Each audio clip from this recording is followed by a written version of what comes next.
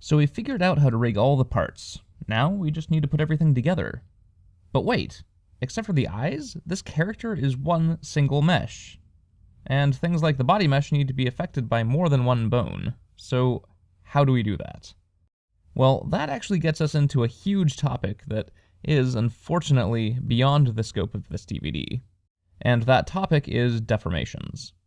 However, I will show you the barest of bare basics.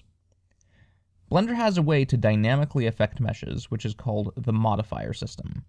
We can access the modifiers for any given object by selecting that object and going to the modifier properties. It looks a lot like the constraint stack, and, well, that's because it is a lot like it. In fact, this is called the modifier stack, and it behaves pretty much identically to the constraint stack. The only difference is that the modifier stack affects meshes and other internal object data, whereas the constraint stack only affects transform matrices. Other than that, they both behave the same way, taking input at the top, modifying that input as it goes down through the stack, and spitting the result out the bottom. I already have two modifiers on this character. We can see what they do by turning them off and on.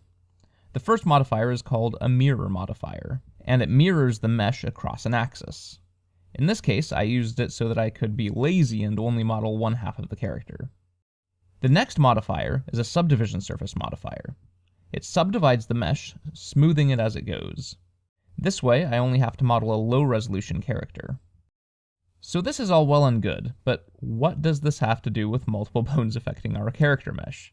Well, it has everything to do with it. We use a modifier to make an armature modify the locations of mesh vertices. That modifier is called the armature modifier, and it lets you assign certain vertices in the mesh to follow certain bones in an armature. Now, the important thing to realize is that not every bone in the rig should have vertices directly following it. For example, in our finger rig, we want the vertices to bend with the finger digit bones, not scale with the finger control. So whenever I start out rigging a character like this, I always start by laying out the bones that I want to directly affect the mesh. I call these bones deformation bones because they deform the mesh. So let's get started with that. Let's add an armature to the scene, and make it wire X-ray and turn bone axis display on. And the first thing I do before placing deformation bones is to turn on wire display on the mesh. Go to the object properties, and turn on wire display. Note that this is different than wire display from the menu. This overlays wireframe on top of the solid mesh. It also looks kind of incomplete. Not all of the edges are showing. To fix that, go to Display in the N panel, and with the mesh selected, toggle on All Edges. Well, that didn't do much, did it? That's because of a weird behavior in Blender. To make that option actually take effect, you have to enter and exit edit mode on the mesh. Don't ask me why. I think it's pretty darn silly. Okay, there we go. The reason this is important is because the quality of our deformations partly depend on the placement of our bones as compared to the vertices of the mesh. So now we can start adding our deformation bones. Let's start with a body. We're going to use 3 bones, evenly spaced. So move the tip of the default bone up to be the first third, lining it up with an edge loop. Now extrude the second 2 bones from that. And let's align the bones so that the x-axis rotates forward. And of course, let's name them.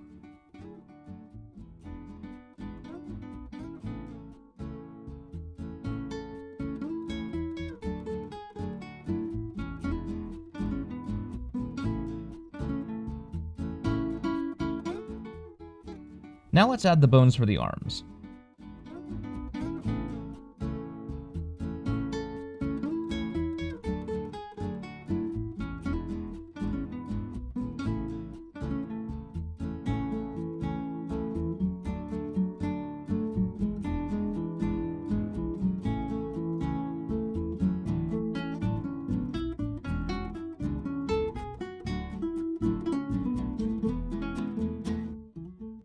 Don't forget x-axis mirror to speed things up.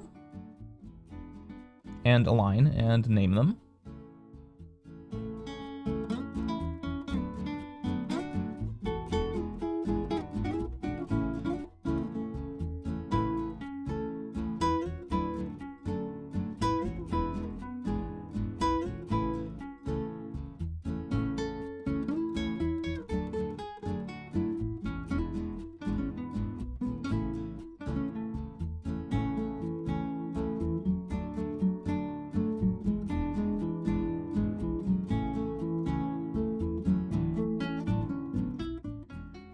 and make the arms the children of the topmost body bone. Now for the hands and fingers.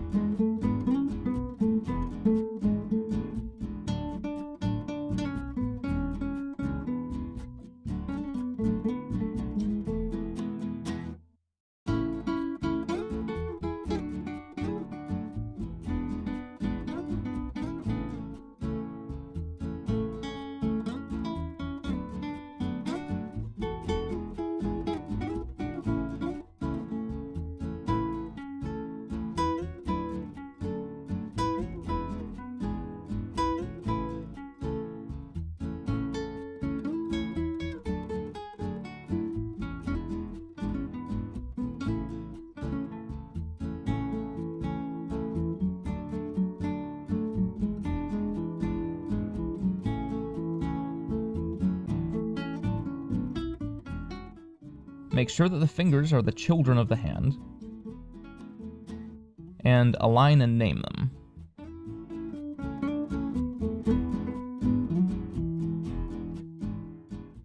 Note that I'm aligning the hands and fingers differently than the arm, because the most common axis of rotation is different for them.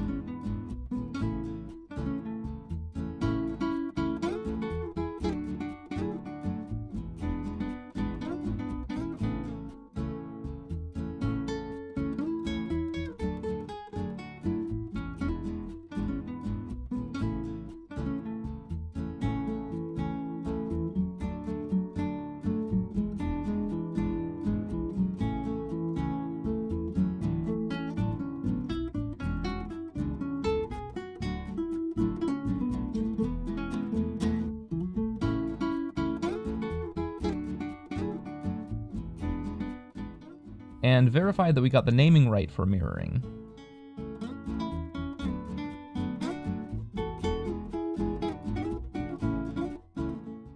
And finally, let's create the eye bones. Remember, we want them to be at the center of the eye, pointing in the same direction.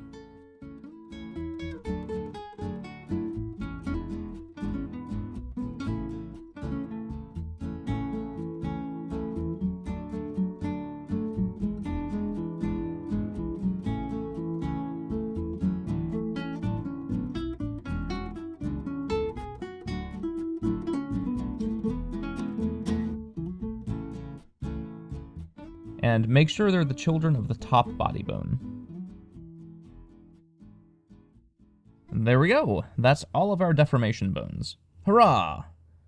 But before we start building our rig designs on top of these, I think it's a good idea to make sure that the deformations will work with this layout.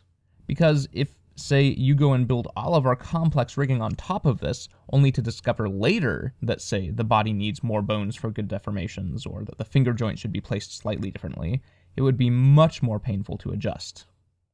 The first thing to do is add the armature modifier. The easiest way to do this is actually through a shortcut in the parenting menu. Select the mesh, and then the armature, and hit Ctrl-P to parent. There's an item labeled Armature Deform, with several sub-items underneath it. In addition to parenting the mesh to the armature object, these menu items also automatically create an armature modifier on our mesh. The sub-items also do some additional things. I'll only mention two. The first is the Empty Groups item. This will create vertex groups for each of the bones in the armature, but it won't set them up for deformations. I'll explain what vertex groups are in a moment. The second is the Automatic Weights item. This adds vertex groups for each bone, and it also tries to automatically set them up for deformations. In our case, we don't want the computer to do any of that automatic weighting stuff, so select Empty Groups. you'll notice that the wireframe of the mesh suddenly got denser. That's because the armature modifier that was just added comes after the subdivision surface. Blender tries to simplify the mesh view of the subdivision surface modifier when it can, but it can't do that when another modifier comes after it. In any case, we want the armature modifier to come before the subdivision modifier anyway, so that the smoothing gets applied after the deformations, not before. We also want the armature modifier after the mirror modifier, so that it will deform the two sides separately, instead of both sides always doing exactly the same thing in mirror. So move the armature modifier up one item in the stack.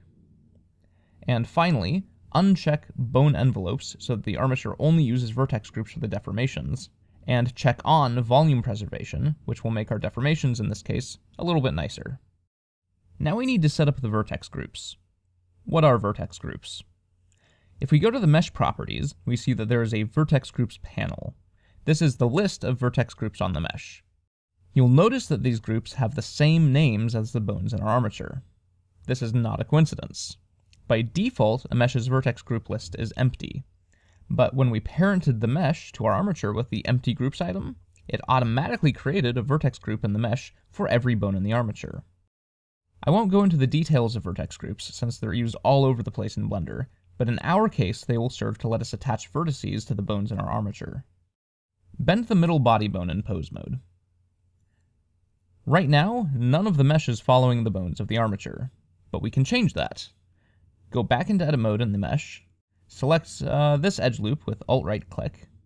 Now to make this edge loop follow the middle body bone, we need to assign the vertices to the vertex group with the same name.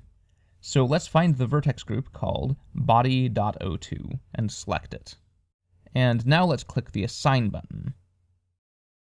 And now exit edit mode. Whoa! Those vertices are now following the middle body bone. If we go back into edit mode, however, the vertices aren't moved anymore. To see the effects of the modifier while we're in edit mode, we need to toggle on a couple of options on the armature modifier. This one, and then this one that appears afterwards. Awesome. Now, the real power of the armature modifier and vertex groups is that a vertex can belong to more than one group. Let's try assigning these vertices to the top body bone, body.03, as well. And now rotate the top bone in pose mode. It now affects the vertices as well, but notice that the middle bone still affects them too. What the armature modifier does is when a vertex belongs to more than one group, it positions it based on the average of where it would be if it belonged to each. But it's not just a straight average, it's based on weights. If we go back into edit mode on the mesh, we can see a panel in the end panel called Vertex Groups. This shows us the vertex groups that the currently selected vertex belongs to. It also shows us the weight that the vertex has for each group. If we tweak the weights, we can change how much each bone affects the vertex. Larger values mean more influence, and lower values mean less influence. And we can copy the displayed weights to all of the currently selected vertices by clicking Copy. So this is how we're going to attach the mesh to the armature. Let's start with the body. To keep us from accidentally selecting vertices from the arms, select both arms using the L key, which selects contiguous mesh pieces, and press H to hide them. Don't worry, we can get them back. They're only hidden, not deleted. Now let's select all of the vertices that we want to only be affected by the top body bone. You'll probably want to go into wireframe mode by hitting Z, and select them using box select by hitting B and left-click dragging. Now assign them to the top body bone vertex group. Hey, look at that! It just jumps right to it. Cool. Now let's do the same for the bottom of the body.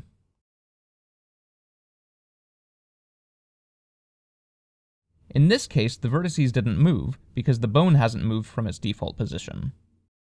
Now we need to deal with the middle of the body. This is the tricky part. We need to balance all three of the body vertex groups together so that there is a nice, smooth blend over it. Good weighting is unfortunately beyond the scope of this DVD, but I'll just go ahead and do it, and you can copy if you wish, or practice trying to balance it yourself. There is a certain art to it, so it takes practice anyway.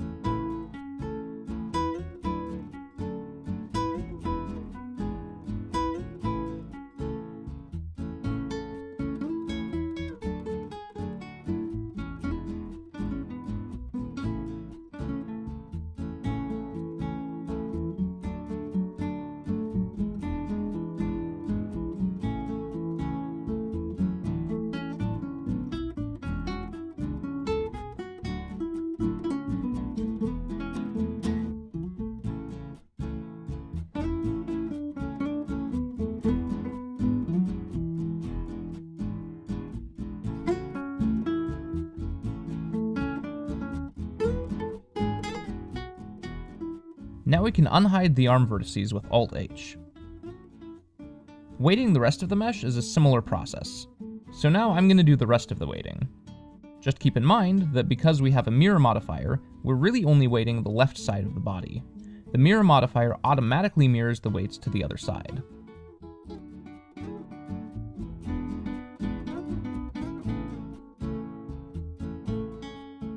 Notice that I am often doing the weighting in a posed position, so that I can directly see how the weights are affecting the deformations.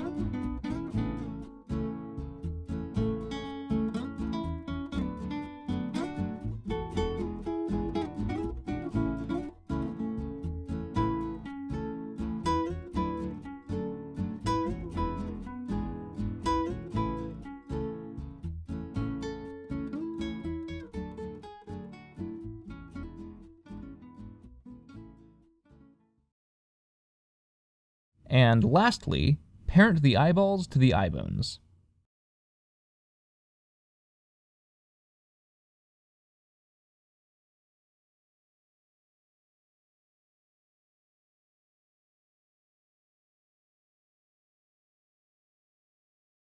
Whew! Now our character is all set up for deformations.